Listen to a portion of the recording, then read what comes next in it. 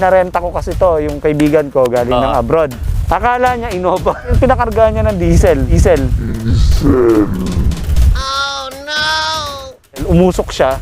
So hindi na siya pinaandar nung gumanon siya.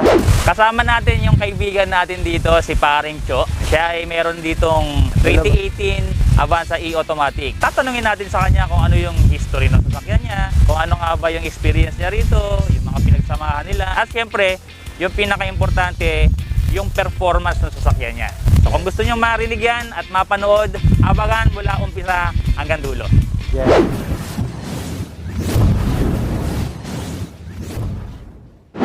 Okay, Paring Edison, kumusta? Ayos Kumusta naman, ba buhay ayos natin? naman. Hindi ka naman kinakabahan. Hindi. Okay, so ito nga palang sasakyan ni Paring Edison. Ito ay 2018 Model. Toyota Avanza. automatic, ano? 1.3 automatic. Automatic. Meron ka na bang ano rito, pina-customize? Ito, yung emblem. Ayun, emblem mo. Ano ba to? Ano to? Lexus. Lexus kasi ang alam naman natin ang Toyota Lexus siya kaya yung logo nila halos magkakasukat. Oo, no. Saan mo ba to kinuha? Sa kaibigan ko, I think sa Avanza Avanza Club. club namin. Maganda, ano? Ano to? Glossy. Glossy black, no? Glossy black siya, madumi lang. Tapos pinalagyan ko Dito. lang ng smoke tong parang tint. Itong inano mo na rin. Pinalitan mo na rin ng LED, ano? Yes. LED yung LED yung yung low beam. Low. Tapos yung high. Yun pa rin, original pa rin. Tapos wala kasi siya talagang fog lights ang Avanza E. Gaano mo to pinakabit? Naka 4,000 yata ako. 3 option yung ilaw niya eh. Lang, tapos yun. Yung roof Roof rail. rail. Yan. Roof Kasi rail roof rail, eh. pinakabitin mo. Magkano yung pagkakabit mo niyan? Nasa 3 o 4,000 ganun. Marami ka na rin palang pina-customize. Ano Spoiler. yung Meron na. spoiler? Meron na rin pala doon sa likod. Tapos naglagay ako ng shark fin. Kahit na antena dito. Pwede. Pwede ko Forma palang lang, pagawa yan forma. sa ano ko sa wigo ko, ano? Forma lang. Forma lang. Overall, kumusta naman? Ano na yung naging experience mo dyan?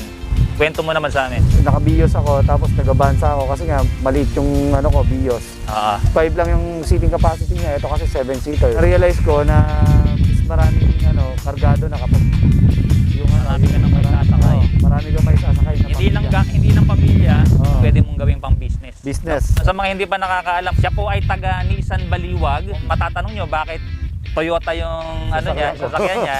Hindi naman tayo ganun kayayaman eh, di ba? para magpalit ka agad. Magpalit ka agad. Doon sa vlog ko, ang daming mga nagque-question. Taga Mitsubishi ka, bakit Toyota yung dala mo? Taon lang na Ulitin nandoon natin. tayo sa Toyota. Nung Nagkataon. binili namin yung sasakyan namin. Nagkataon na nandurong kami. Noong time na yun. Doon kami nakabili ng sasakyan. Yes. So, siyempre, yun din yung gamit natin kung lumipat man tayo. Kahit saan mapunta. Kung swertihin na meron tayong perang pambili uli, Bibili tayo ng Nissan. Di ba? Ganun lang mga kaibigan. Kaya wag na kayong magtaka. Okay, so nasa na nga ba tayo? Ayun guys, kuha ko siya 2019. Inassume ko lang siya. So, ang dami niyang gamit kasi pampamilya, ganon. Pampamilya. Tapos, pang sports din, mataas siya. Kasi nung pumapasok tayo, Pamarilaw, tsaka puro baha kasi doon eh. Nung nakuha mo siya, di 1 year na nga doon sa kliyente mo. Pero 6K lang. Kumusta yung yung status niya? Maingat siya, siya talaga, may well maintenance talaga yung niya, well-maintained. 3 months, ganon. So, yun. Nung napunta sa akin, hindi na normal yung maintenance. So, yun lang din yung Pero kahit na hindi ko siya masyadong napapa-maintenance, wala akong naging problema. Ako lang ang problema. Kasi ever since na napunta sa'yo, hindi mo na nadadala masyado sa kasa. Pero napapa-change oil ko siya, kaya lang sa labas na kasi ako nagpapa-change oil. Ayun lang. Ayun, ito pa yung isang nangyari. Pinarenta ko kasi to, yung kaibigan ko galing ng abroad. Akala niya Innova. Pinakarga niya ng diesel. One thing pa na ko sa kanya, nakargahan siya ng diesel, umusok siya. So hindi na siya pinaandar nung gumanon siya. Ang ginawa lang sa kanya, hindi naman inopen yung makina eh. Walang ginalaw na gano'n. Din-rain lang lahat. From then, wala ka naman nakikita problema? Wala na. Okay. Akala ko, ibababa yung buong makina eh. Ang explanation pala, yung gas, kahit makargahan ng diesel, basta hindi na-abuse, hindi talaga pinatakbo ng malayo-layo. Sa kilometro din yung tinakbo eh. Okay. Drain, tapos meron silang parang treatment na hinahalo sa gasolina. Okay. Hanggang ngayon, ginagawa mo pa yun? Hindi ko na yung ginagawa. Siguro may pinabaon lang sila sa akin dito kay Rapid eh. Rapid Day, Day, okay. oo. Shout out kay Rapid Day, baka naman. Rapid Day Malolos. Okay, no? So dito sa harapan mga kaibigan, yung kanyang headlight, pinalagyan niya ng smoke dito. Nalagyan na niya ng LED, low beam. Pero yung high beam niya, halogen headlamps pa rin. Fog lamps ay medyo pinalagyan niya na rin kasi yung original niyan mga kaibigan wala. Meron ng ngat-ngat ng aso. Ayan. Yung mags niya hindi pa niya pinapapalitan. So yan pa rin. Yung stock niya na ay monotone, na mags. Tapos ito yung kanyang power side mirror. Tapos yung kanyang antenna mga kaibigan, ito nakalagay sa side pillar. Pero pinalagyan niya ng tawag dito. Ayan shark fin antenna pinalagyan niya. Ayan. So design lang naman mga kaibigan. Tapos yun pinalagyan niya rito ng rain visor dito sa gilid. At dito kasi sa kanyang door handles pinalagyan niya ng door guard. So para iwas gas-gas kapag pumapasok lalo na sa kuko nating mahahaba. So yan yun. Ito din. Yun, pinalagyan niya rito ng side strip, no? Oo, kasi Door strip. Ayan. Bata. Pag tumama sa mga kanto. Tapos pinalagyan niya rin ng design dito. Ano tawag rito? Aerodynamics. Hindi, nakakatulong din naman talaga to sa aerodynamics kasi dito sa fins. Ayan. Ito, meron na talaga to. Pinalagyan ko lang din. Pinalagyan na lang din niya to yung mudguard. Ayan, sa harapan. Meron din dito sa likod. Okay? Linis nung sasakyan na parin Cho, Tapos dito sa likod, yung kanyang tail light, pinabago na rin niya. So bagong-bago to, yung buo na to. Oo, lahat yan. Oo. So anong tawag dito sa ganitong design? Parang siya, Thailand to. Gawa din sa Thailand. Oo, bali ito, natural na tong itim na to. Na siya talaga, smoke na. Smoke na siya, Tapos LED. tapos LED. Yung original niyan, halogen. Halogen. Yung tail light. Tapos yun, kung mahilig siya sa pagbabike, ayan, meron siyang bike rack dito. Meron na siyang roof rail dito. Yung original nito mga kaibigan, walang roof rail. So pinalagyan lang na yan. Tapos ito, pinalagyan din niya ng spoiler. Ayan. Kaya lang hindi ko siya kinakabit. Hindi mo na kinakabit. Pampabigat din yun eh. Okay, Ano? Yan. So yan yung itsura ng kanyang Avanza mga kaibigan. Naka-Avanza siya pero yung logo niya pang Lexus mga kaibigan. Okay. Paano siya dito ba sa loob? Meron ka ng mga minodify, pinabago? Ito lang, yung yung Ayun, ayun. tissue ko nasa ibabaw. Nabili ko Ano tawag dito? parang tissue holder tsaka yung Tissue ilaw. holder. Kasi medyo mahina yung ilaw ng Avanza eh. Oo. Ano to? Saan mo ba ito nabili? Sa Avanza Club. Ayun. Philippines, sa club Yun ang ko. kainaman ng mga club na yan, no? And then itong yung camera natin. Oo. Yung Ito. Ayan, marami akong mga ni-review niyan. tsaka ito yung yung Center armrest. armrest. Wala to, pinalagyan ko Oo, lang. mukhang may nakita ko yun. Daming pera ni paring ko. So yung dashboard, the same pa rin. Stock pa rin siya. Stock pa rin. Hindi mo pa rin pinapapalitan tong meron siyang digital display. Oh, basic Ayan, na basic may na. AM, PM, tapos aux, 7-seater si Avanza, 1.3 Mm. na para kang naka-BIOS. Hindi ba masyadong bitin sa hatak mo? Medyo underpower. Yung arangkada, medyo delay. Sa arangkada talaga. Kasi may explanation naman dyan. Kasi si Avanza, meron siya propeller. Rear siya, hindi siya front. Rear wheel drive siya. Rear siya. So, kasi dati, naka-BIOS ako. Yung BIOS mo, siyempre 1.3 din yun. 1.3 Tapos din. ito 1.3 din. So yung diferensya nung hatak at saka yung bilis, siyempre Yung bilis, kasi mas mabigat to eh. Mas mabilis ang BIOS. Tsaka mas maano ang hatak niya, mas responsive siya. Mas responsive. Oo. Kasi nga unang-una, kotse siya saka front wheel drive siya. Oo. Tapos siyempre mas magaan yung katawan nun kaysa dito. Kasi ito bumigat na eh. Parang yung weight nila hindi rin naman Hindi rin nagkakalayo. Oo, nagkakalayo. And then kaya lang siyempre, 7-seater tayo, yun, dagdag capacity, nga which lang. is favor to us. Oo. Na kung halimbawa gusto natin magsama ng marami, ganon. Ayun na nga lang. Ano Yun na nga, pagka ngayon? nilagyan mo na ng maraming sakay to, doon na nagkakaroon ng diferensya. Kagandahan sa kanya, unlike BIOS, nagamit ko kasi si BIOS. Pang personal. Pang-personal, puno kami nun, paakyat akong Baguio, automatic kasi yun eh, parehas automatic eh. Minamanual mode ko siya, talagang hirap yun. Ang pang mga front, kasi, medyo hirap ng konti sa akyatan. So ito, sa kahit akyatan to maganda. Akyatan tsaka yun yata ang difference ng hila sa tulak. Bali ito pala Ayun, 95 horsepower tapos 121 Newton meter of Yeah, torque. Ayun, so medyo malakas nga din talaga sa hatakan. Yung tagtag. Yung sa tagtag nito, hindi ko naman mai-deny. Iba pa rin yung comfort ng kotse. Yung asawa ko nga, kasi may BIOS ako nga dati. Nung ginagamit namin yun, okay sa kanya yung BIOS. Okay. Medyo maugoy siya kasi nga, mataas yung ano ng suspension nito. Pagka nilagyan mo ng mas maraming karga, doon gumaganda yung gumaganda yung ride niya. So pagka solo ka lang, dalawa tayo dito. Medyo maano ng konti. Ayan, nagbibigil na yung camera natin. Pagdating naman sa aircon system, ano naman ang masasabi mo? Ano pala to, no? Switch type. Switch type pa rin. Basic Hindi pa pa rin siya, tayo. hindi pa Yung siya parang naka-digital. nung araw pa rin. Masasabi ko naman, yung aircon nito, nung una malakas eh. Kaya lang Ayun. siguro ngayon hindi ko napapalinis. Medyo umina na. 23 years na siya sa this October. Hindi pa rin ako nagpapalit ng battery kasi yung battery nito yung nilalagyan ng tubig. So stock pa rin. Yung stock pa rin kasi natutuyuan yun, re-refillan ko. Tubig lang. Anong tubig? Yung tubig ng battery. Bumibili ka. Nire-refillan ko lang. So kailangan talaga maintenance lang talaga. Pag na-maintain mo talaga, tumatagal yung parts sa sasakyan mo. Tinuruan ako ng kaibigan ko kasi sa Nissan po ako nagtatrabaho. Dati kasi magkasama kami sa Toyota. Tinuruan ako ng kaibigan ko sa service, manager ng service sa Nissan, na hello, Boss Jay. Ayan, shoutout sa'yo, Sir Boss Jay. Lalagyan mo lang siya ng grasa, yung lahat nung, yung terminal Kabita lang na yun. terminal, nilagyan ko lang grasa yon. Ano yun, grasang... Grasa, yung mismong... ano ba yun, yung pinaka parang cream? Cream correct na na lang. grasa. Yun lang. Tapos yun lang, pinanlinis ko doon, tapos nilagyan ko lahat nung natamaan nung parang salt. Parang salt yun eh. Parang umido. Umido, nilagyan ko nun. So ngayon, hindi na naglolo ko yung battery ko. Ang ganda lang pala yun. Ganun. Yan, tip mga kaibigan ha. Wala akong masabi kasi wala pa ako naging problema dito. Sa tansyahan, sa lahat. Okay. Okay ako eh. Pati sa mga masisikip na daan, yung surround, kitang-kita mo talaga lahat. Compact kasi ito eh. Compact SUV, MPV. Ayan. Compact MPV kasi ito kaya ito yung makakasakay, then madaling i-maneuver din. Madali din. Madali ding isingit kung saan-saan. Pinakamalayong lugar na narating nitong sasakyan na to. Tagaytay, ganun. Tagaytay. Sambales. Sa mga pa-curve na rin yun. Hindi ka nabibitin. Bataan, yun pa lang. Pagdating naman sa fuel consumption, matipid ba siya? Kung talagang natin, sasabihin natin. Actually, ko, alam mo naman ako, wala akong disiplina sa pagdadrive. Mabigat talaga yung paa ko eh.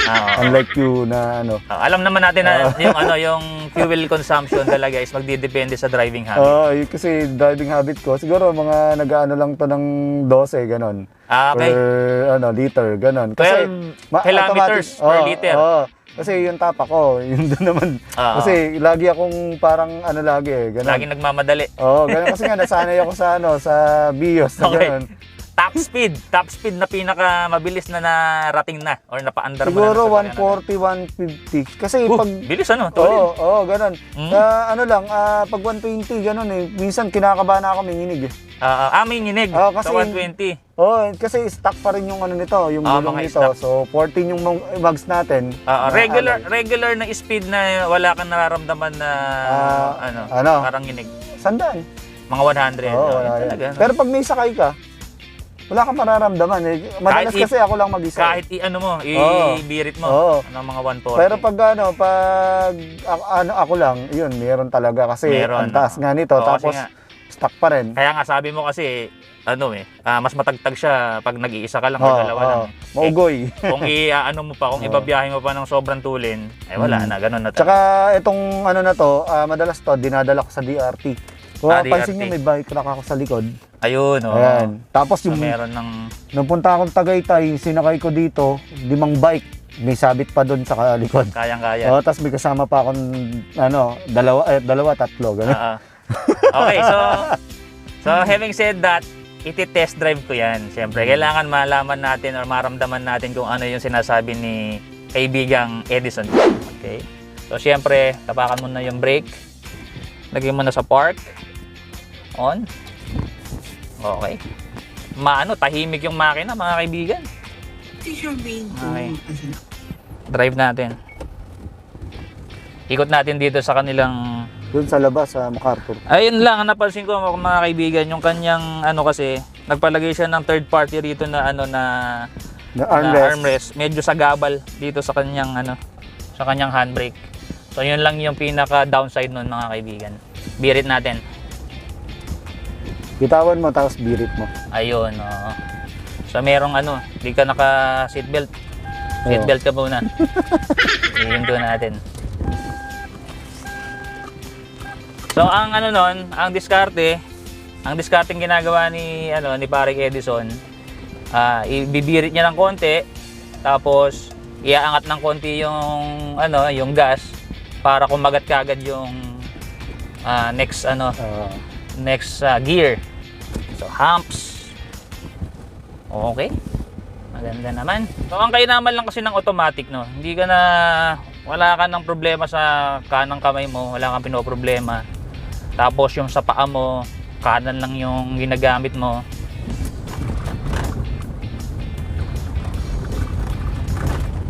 Medyo medyo maingay dito sa loob Bakit ba medyo maingay? Dahil ba meron kang mga may mga nakalagay ako. Ayun. Meron mga lang sa coins. Mga, coins tsaka mga ano sa gilid. May mga cellphone sa gilid. Kaya nung dumaan kami sa mga medyo parang rough road, may mga konting bato-bato, medyo maingay sa loob. I think itong Avanza hindi katulad ng mga Vios. Sobrang tahimik Sobrang tahimik no? Ito kasi marinig mo pa yung labas Oo. Saka hindi napansin ko rin parang magka-level sila ni Wigo. Ganun. Kasi pareho silang Daihatsu diba? Si Wigo medyo maingay din Napakaganda namang dalhin. Mogoy lang talaga yung medyo yung asawa ko buntis yun kaya kailangan dahan-dahan ako sa hams pag ito dala ko. Okay, so yun nga, napansin ko lang hindi dapat bouncy. Hindi mo dapat iharabas to kung talagang meron kang kasamang medyo mahihiluhin at saka buntis, dahil ramdam mo talaga yung medyo bounce. Hindi naman matagtag pero malambot malambot kasi yung niya. So parang tulad yan ng nabanggit mo yun tulad ng nabanggit mo, pero walang tulad ng nabanggit mo, mas maganda talaga siya siguro kung maraming sakay. Okay. So birit natin. Birit, baby! Woo! Ayun, may konting delay May konting delay. As of now, nag-e-enjoy ako sa pagdadrive. And maganda pa rin naman siyang humatak. Aircon, maganda pa rin, malamig. Yung napansin ko lang na medyo rito, yung konting ingay kapag napadaan sa mga medyo mababato, may vibration na mararamdaman sa loob. Hindi natin alam kung dahil sa tagal na ng unit, 3 years na. Nung bago ba to or nung hindi naman kasi may mga gamit din akong nakalagay sa ilalim. Ayun, So overall, saka ito kasi maingay yung armrest kasi lang to, universal Ayun, yun nga, yung mga yung mga accessories na mga nilalagay ninyo sa inyong mga sasakyan, isa yan sa mga nagiging issue sa loob. Pwedeng magpaingay, pwedeng magpabigat sa inyong sasakyan. Kung yung mga gustong bumili ng Avanza, kasi ang alam ko sa Avanza, same pa rin same engine pa rin. Kumbaga nag-facelift lang Maisasuggest mo ba sa kanilang bumili to? O meron kang maisasuggest na ibang brand na po pwede nilang subukan? SUV na budget meal. So ito yun, tsaka matipid. Kung nagsisimula ka pa lang, pwede na. Pang first car nila, tapos gagamitin ng medyo matagal. Ito na kaysa magpalit pa sila ng katulad nung sa'yo, Vios nung una, di ba? Vios. Tapos gusto mo pala ng medyo maraming masasakay, nagpalit ka pa. Nagpalit pa ako. Hindi katulad nung pag kumuha ka na ng medyo malaki-laki, compact. Yun na, hindi ka na Hindi ka na magpapalit, hindi ka nagagastos pa uli. Hindi katulad sa'yo, di ba? Naglabas ka pa uli ng pera para makapaglabas ka ng panibagong sasakyan. Maliban dito sa sa Avanza, meron kang mai-offer doon sa sa brand mo? Sa Nissan. Yung actually gusto ko nga palitan to ng Navara o kaya nung yung darating namin na bagong unit, surprise. May bago silang darating na unit. Abangan ninyo mga kaibigan. Siguro yun yung mga susunod na ilalabas din natin dito yan. So yan. Yes, ilalabas din natin dito yan. Abangan ninyo. Meron na rin mga paparating or papalabas na mga bagong model. Mitsubishi may darating din. Isuzu. Yan, abangan ninyo mga kaibigan. Sana nakatulong sa inyo itong video na to. And maraming salamat kay Paring Edison sa pagpayag na i-test drive natin at i-review itong sasakyan niya. And kung natuwa nga kayo dito sa video na to, huwag niyong kakalimutang pindutin yung subscribe button. At syempre, yung bell notification para kung may mga bagong videos na katulad nito, ma-notify kayo. Yes. Okay? Shoutout tayo kay Sir Bong ng Team Avanza Okay? Philippines. So, Team Avanza, sa kanya galing to, no? sa kanya galing yung mga accessories ko, Sir Bong. Road to 100K na tayo. Kaya please, pakishare na yung ating YouTube channel para mabilis nating maabot yung 100K. Huwag nyo rin kakalimutan mga kaibigan i-visit yung aking Facebook page, no? Lycofer Car Vlog. May mga videos tayo doon na hindi natin ina-upload dito sa YouTube channel natin. So kung gusto nyo makita yan, puntahan nyo na. See you on my next video. Bye-bye!